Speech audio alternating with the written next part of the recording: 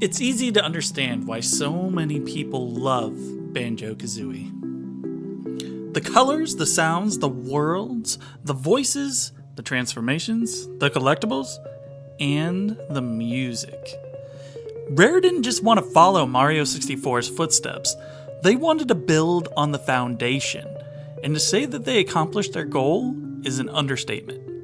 Like many others, I was introduced to this world at a young age, and the impression it left on me has stayed with me ever since. Over time, as I revisit old favorites, Banjo Kazooie continues to stand out as one of my most nostalgic and beloved games. The funny thing is, my introduction didn't start with Banjo Kazooie. It actually started with Banjo Tooie. When I was around 10 years old, my friend had a Nintendo 64, and one of those games was Banjo Tooie. I hadn't gotten my own Nintendo 64 yet, so most of my exposure I had with this game was at his house watching him play. But the multiplayer, that was where it was at. Sure, not everyone loved those first-person shooter style segments, but for me and my friends, it was like GoldenEye with a banjo twist, and we could not get enough. The year was 2000, and when my friend was getting a brand new PlayStation 2 for Christmas, I was getting my jungle green Nintendo 64, and I couldn't have been more ecstatic. You see, this is the first console that my mom got for me, and the memories I would go on to have with it mean the world to me. Not long after, I was at the video rental store. You know, back when you actually had to leave your house to rent movies and games, and I saw it. The beautiful, inviting artwork to none other than Banjo Kazooie. Based on what I knew about Tooie, I had to try it. Little did I know, the weekend I was about to spend with this game would be one of my fondest video gaming memories. Now, being the weird kid I was, you know those little plastic bottles of lime juice shaped like a lime that you would get at the store? Yeah, I used to drink those. Straight, no shooter. I know, a weird kid. So I got a new game to play and a bottle of lime juice to sip on. It's Friday night, and the adventure begins. Even then, I could tell the music was something special. I couldn't fully grasp how good it was, but those melodies started carving themselves into my memory. The way the music seamlessly shifted with the environment, it all worked together so naturally. And I didn't realize it at the time, but those songs were quietly imprinting themselves onto my soul. Thanks to YouTube later, I discovered I wasn't alone, and I would come to find that the genius behind this music was none other than the legendary Grant Kirkhope.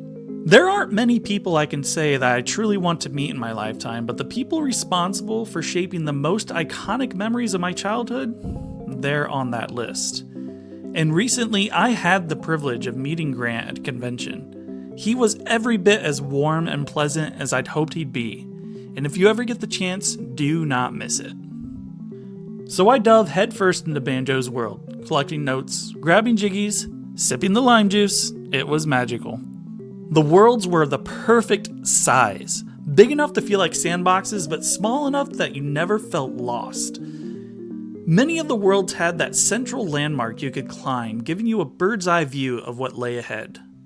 The progression felt tangible, understandable, rewarding. Even for my 10-year-old brain, it all clicked. And I had played this game into the late hours of the morning. I played it so much that I dreamt about it. And as soon as I woke, you knew I was right back in. Go to the world, get more notes, grab the Jinjos, learn more moves, and grab the Jiggies. Oh, and drink more lime juice. So simple, so perfect. Of all the worlds, my favorite was Mad Monster Mansion. Creepy, colorful, packed with atmosphere. Once again, it was the music that tied it all together. And I absolutely adore how this level is perfectly divided up into sections. It allows you to keep track of where you are, where you've already explored, and what you have left to explore. And what could possibly be better than having Grant Kirkhope saying the F word to you? Thank you. Yes, I know that he doesn't actually say the F word. Or maybe that's exactly what he wants you to think. By the end of the rental weekend, I'd made it all the way to the infamous Grunty's Furnace Fun game show, and I just couldn't beat it. I told myself, this has gotta be the end of the game anyway. So the cartridge was returned, and I lied to my friend. I told him that I beat it. I had no idea that there were more note doors, a final showdown with Grunty, or even secrets beyond that. I wouldn't experience those until decades later.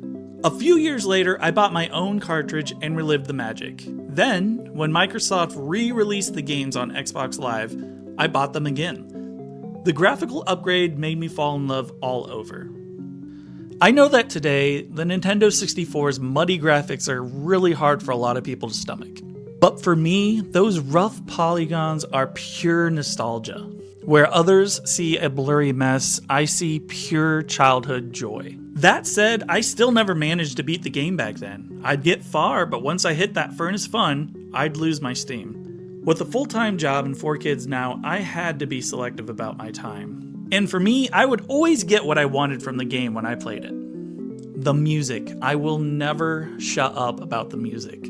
The satisfaction of clearing a level of all its collectibles, and constantly reminiscing throughout that journey about the first weekend that I rented that game. I had seen YouTube videos of the ending, the credits, the famous stop and swap teases, so I was content. I didn't need to beat Banjo Kazooie. I had my memories and I had my physical copy. But then Nintendo did a wonderful thing. They brought Banjo home. It would be released on the Nintendo Switch Online Virtual Console. Personally, I would have loved some kind of physical release or a remaster, but this is the next best thing. I get to play the original adventure on a Nintendo console with improved graphics. My body was ready. This time, I finally made it.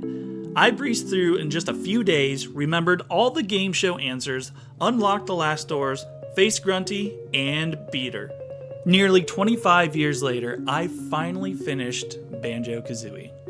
I don't drink lime juice out of those little bottles anymore, but anytime I drink or taste anything with lime in it, I am mentally transported back in time to that weekend with that game. It's like flipping a little nostalgic switch in my brain. I've played through the game about 5 times now. I've finally beaten it, I've met Grant Kirkhope, and I've shared this adventure with you.